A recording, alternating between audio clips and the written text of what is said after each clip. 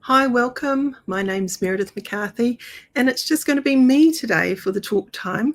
We're going to be continuing with our emotional series, and this one today is about embracing love and compassion.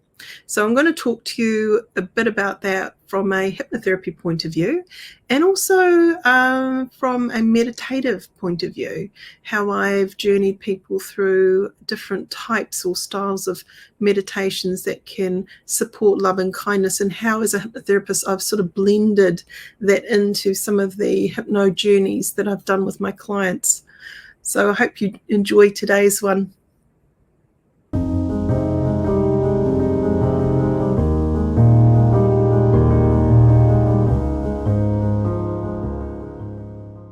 Where do we begin? When we're thinking about clients that come in, a lot of people are suffering.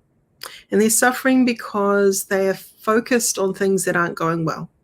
Let's say you're in a relationship and the relationship has broken down to a point where there's a lot of resentment and niggly arguments a lot of the time. This is something to consider about how you are fostering the thoughts on the inside. So when people come in and they're unhappy in their lives in some way, I guess my question is, are they fostering gratitude and love and kindness in that space, or are they doing the opposite? So it's really important to drill down into the story. What is that person telling themselves about their reality? And I heard a very interesting thing around looking at things you feel grateful for in your partner. So if, for example, there might be moments where we can practice treasure hunting and actually looking for things that we actually find is nice about our partner, because it's very easy to slip into the negative space and to focus on the things that aren't doing well, things that you get annoyed about. And that can grow and grow and grow into quite a situation where the other person is oblivious that it's actually annoying you. It's not about leaving things and never addressing them, but it is about focusing on that balance of what you're actually seeing when you look at that person that you love. And why is it that you're loving them less and less and less potentially? So a lot of people come in and they're unhappy and they're not quite sure how they got to where they got to, or there have been events or situations that have blown up their trust in that person, or there might be resentments around how the person treats them or takes advantage of them. Many things can suffer. Also change in life, as we grow older, we have children. Children take a lot of our prime time, and the core relationship that people have can sometimes be eroded because they're time poor. They're all touched out by the kids. So those that have had kids out there can probably relate to that. You get to the end of the evening, you put your children to bed, and then you're done. You don't feel like putting your sexy hat on, or your loving sort of beingness coming out any more than it has to. You're a bit tapped out. So I think it's important when we're looking at relationships and fostering that love and compassion in our relationships. First of all, we need to start with the person we see the most in the mirror, and that's ourselves. We need to think, okay, am I actually being loved on the inside? Is my dialogue about myself and my capabilities and where I sit and who I am and what I represent, is it a kind story that I'm telling myself? And if it's not, then that might be eroding self-esteem or confidence.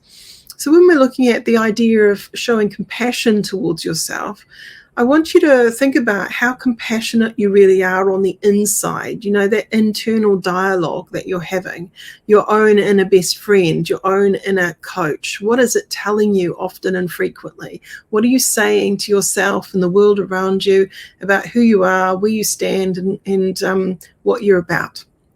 Because if you are eroding that on the inside, it's going to have a ripple effect on the outside. You can't stay negative and private forever.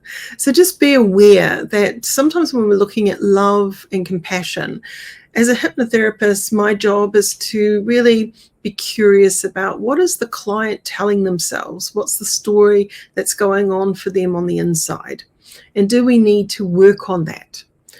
Many years ago, I started running meditation retreats, and there was one particular meditation that I would guide people through called the inner smile. So those that have come across this, you'll know what I'm talking about. But for those that have never heard about it, what we do is we actually start to thank the different parts of our body, starting from our head and working right through all our organs, even right down to our toes, to thank each part and smile to it, thanking it for doing such an amazing job.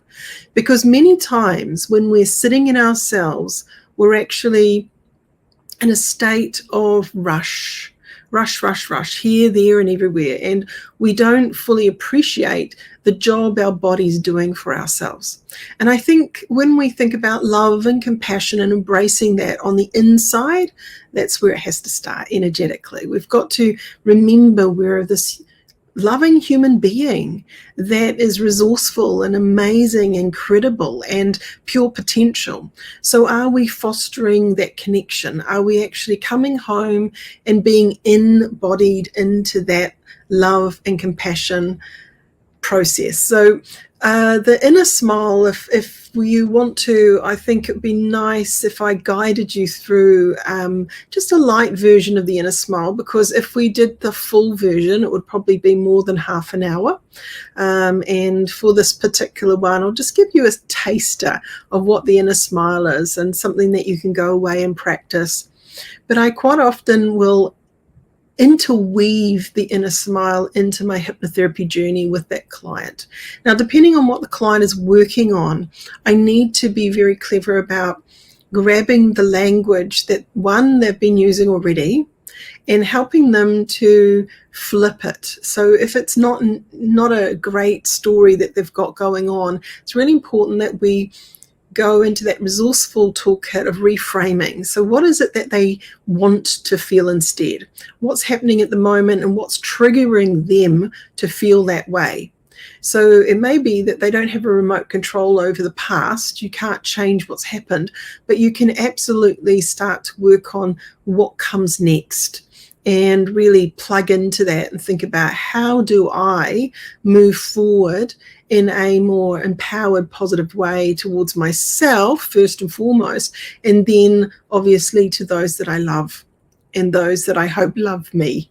So when we're looking at the idea of even tone, do we get snappy? Do we get short with people? And would you do that with a stranger?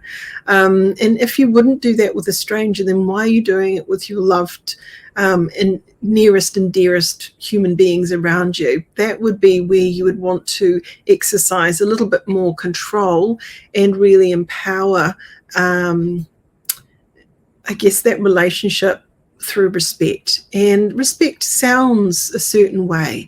It is something that we need to be mindful of, because sometimes your partner might be suffering silently and they've had a really bad day. And if you're not tuning in, if you're not being mindful of their weather, their personal weather, sometimes we can read it wrong and we can put our foot in it, and then they bite, and then we bite back. So that can kind of start a bit of a war up. So if you've got into that cycle, or your clients got into that cycle, it's important that you get to ask not only yourself, maybe the client, what is it that they would want to do differently? I think that mindfulness of how would I like to run that in the future, rather than how have I run it in the past, that's going to serve me better. Can I communicate that in a more loving and gentle way? Can I be a bit more compassionate in that situation and tune in, check in, how is my family feeling today? How's my significant other feeling today? And not just surface feeling, but how they're really feeling, and being present enough to actually listen and hold that space. Then you might have your turn, if you've had a really hard day, to be able to come into that compassionate and loving space that you've been able to create, and be able to share what's happening with you in a really nice way. This is really the best outcome that we would like to have going on in our relationships. So when we're looking at the idea of self-love, though, and thinking about cleaning up on the inside, we've got to really think about one, self-hypnosis. Now, self-hypnosis is a powerful, positive, and wonderful tool that anyone can utilize. So when we imagine something, when we just go off into our imagination, the quality of that imagination counts. So if you want to feel buoyant and loving and respected in yourself and the world around you, then to imagine how might that be is really important. So let's start with a little bit of a guided journey. Those that are driving or doing something that needs your full attention, maybe this is not the segment to listen to right now, but if you do have time right now to sit down and do a bit of a journey with me, where I'm just going to guide you into a gentle hypnotic space where you can engage your future self, but then also we can do a little bit of that inner smile combo into that, so you can see what I'm talking about when we're fostering love and compassion, love and kindness to ourselves. So just settle into a space where you just can just hold for a moment in stillness. So if you want to lie down, lie down. If you want to get cozy into a seat, just make sure that you can stay still for a period of time. Okay? So just begin by taking a nice inward breath for me. And on the outward breath, closing your eyes. And do 3 nice big sighs as you breathe in, sighing it out slowly with each exhalation. And let each exhalation draw you deeper and deeper into a state of peace and calm, into this moment in time.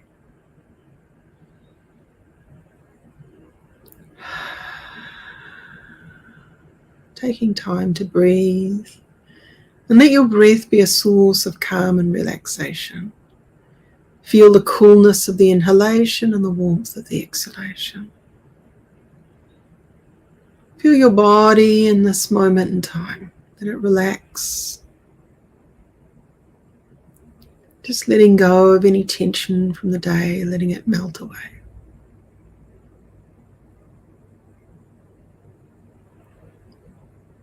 Let your heavy, heavy head just settle and relax. Let your cheeks, your jaw, your tongue, your mouth relax. Your neck and shoulders, arms, hands and fingers, just letting those spaces and places become nice and relaxed. With each breath that you take, as you release that breath, feeling and allowing that level of relaxation to deepen, trickling through into your spine, radiating out into your back, your upper back, your middle back, your lower back, into your hips, your pelvis, your groin, into your legs, your feet, your toes.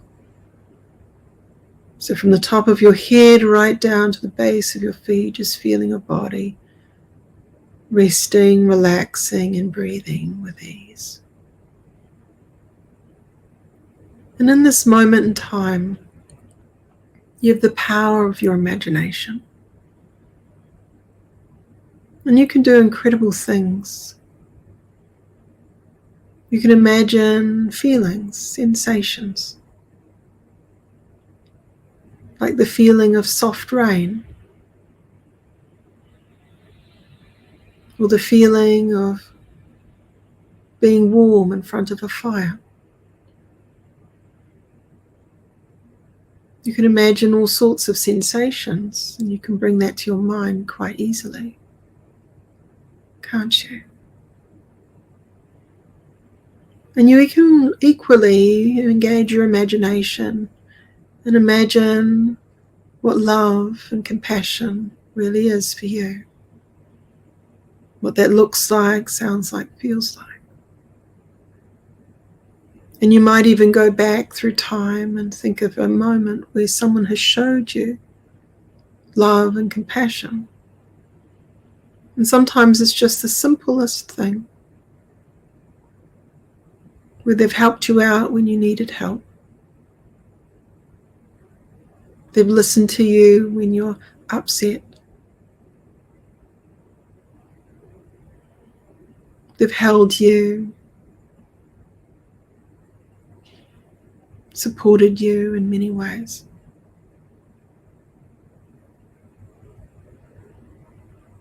But I equally would like you to imagine thinking of times where you've been loving and compassionate towards yourself. It might be just a simple thing of cutting some fresh flowers for yourself, because it feels nice to do. Or it could be making yourself something that you really enjoy eating. Or maybe it's something creative that you enjoy playing with, doing, which is loving, kind, where you're tuning in to your needs. Some people, it might be drawing a nice hot bath, or listening to wonderful music. A time where you're thinking about what your needs are, and you're catering to them in a loving and supportive way. And every time you've done that, your body is being of service to you. It's been doing an amazing job at looking after you. And also, as others have shown love and compassion towards you, your body's been able to receive that love and compassion with a smile, maybe showing through a hug, maybe through words or gestures of love and compassion back, showing how grateful you feel for having those people, that person in your life.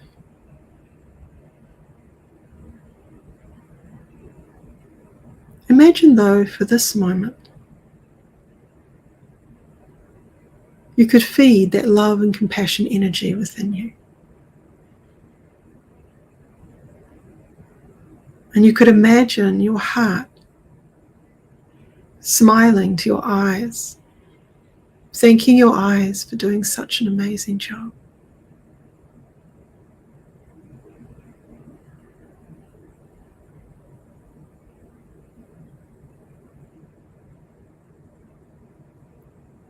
And you could imagine your heart sending a smile to your nose for doing such an amazing job.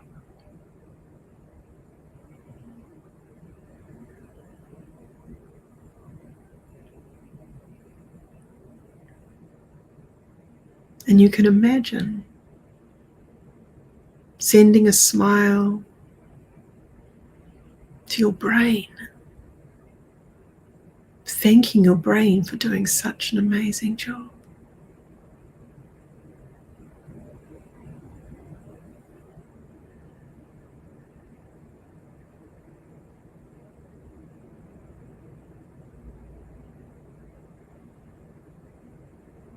And from your heart, you can send a smile to your ears, thanking your ears for doing such an amazing job.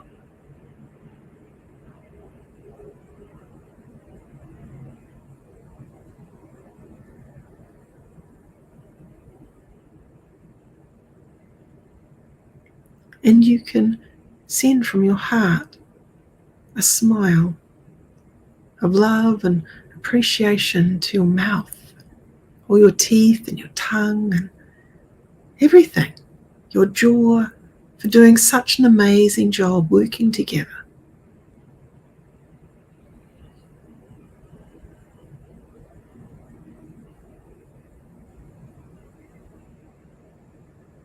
And from your heart, you can send a smile of love and compassion and appreciation to your throat for doing such an amazing job.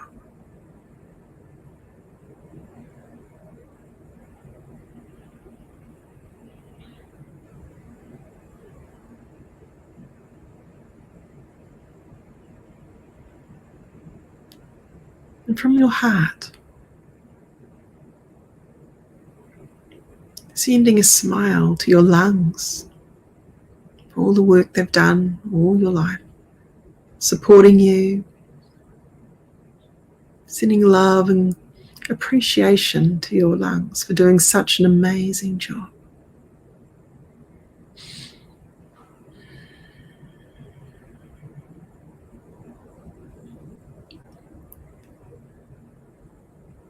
And from your heart to your stomach, even the esophagus that transports all of the food down into your stomach. Thanking your stomach for doing such an amazing job.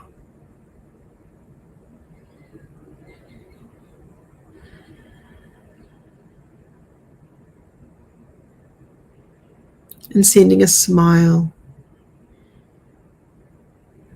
to your kidneys and liver, your gallbladder, and all those internal organs. Thanking them for doing such an amazing job.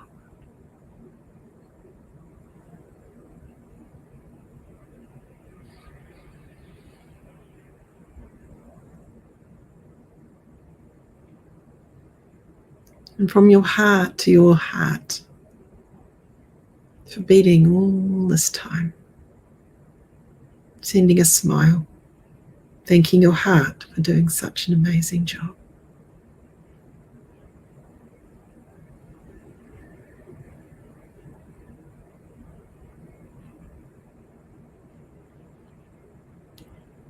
And from your heart to your internal reproductive system,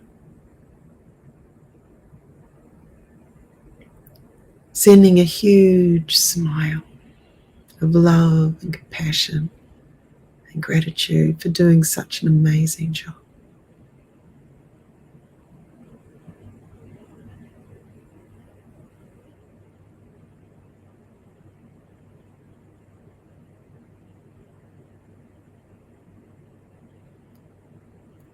And from your heart to your intestines, both large and small, sending a smile, thanking them for doing such an amazing job.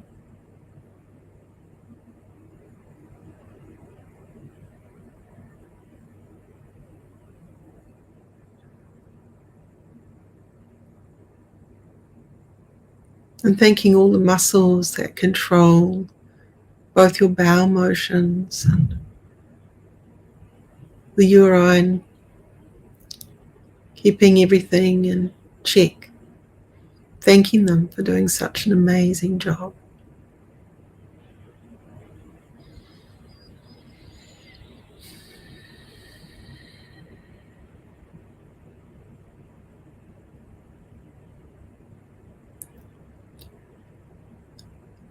And sending a beautiful message into your arms and hands and fingers. Sending a beautiful smile to those spaces and places working together, assisting you all this time. Thanking them for doing such an amazing job.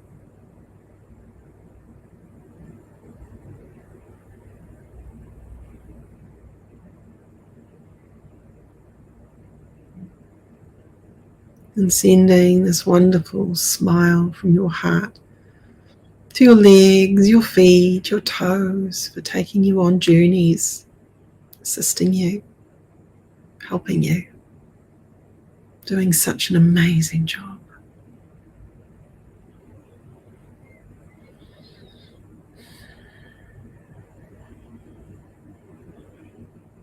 And from your heart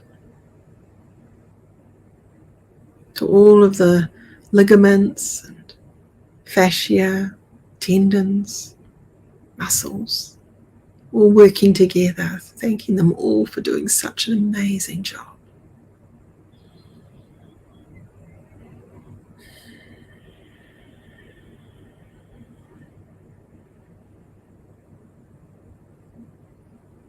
And from your heart to your blood, pumping around, sending nutrients to all of the different areas and spaces and places, feeding you and keeping you well.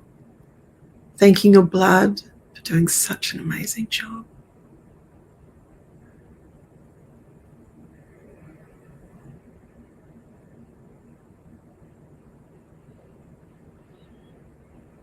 And from your heart to your skin, thanking your skin for protecting you all this time.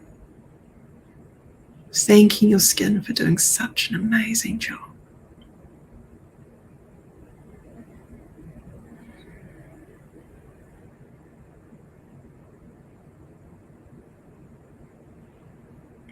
And from your heart to your central nervous system,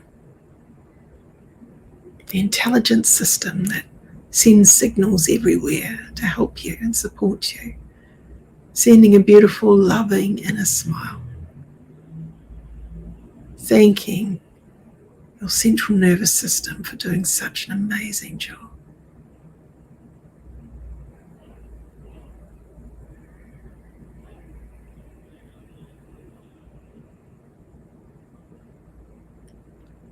And from your heart to your entire body, sending a beautiful smile, thanking your entire body for doing such an amazing job.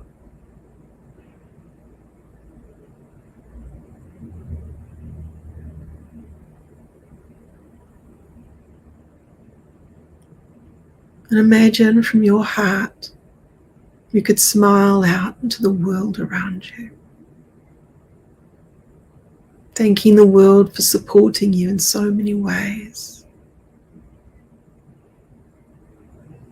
thanking the world for doing such an amazing job.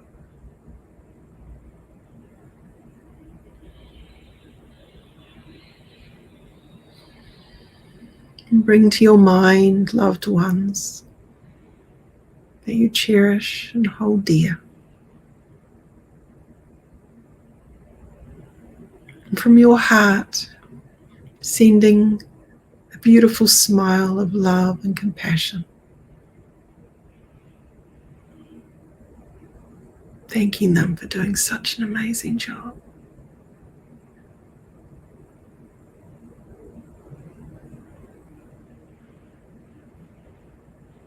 And imagine walking out into the world and just feeling that love and compassion, seeing the beauty and the perfection in so many things, helping you to change your level of appreciation and gratitude. So you walk more peacefully and in a loving and beautiful way, both inside and outside.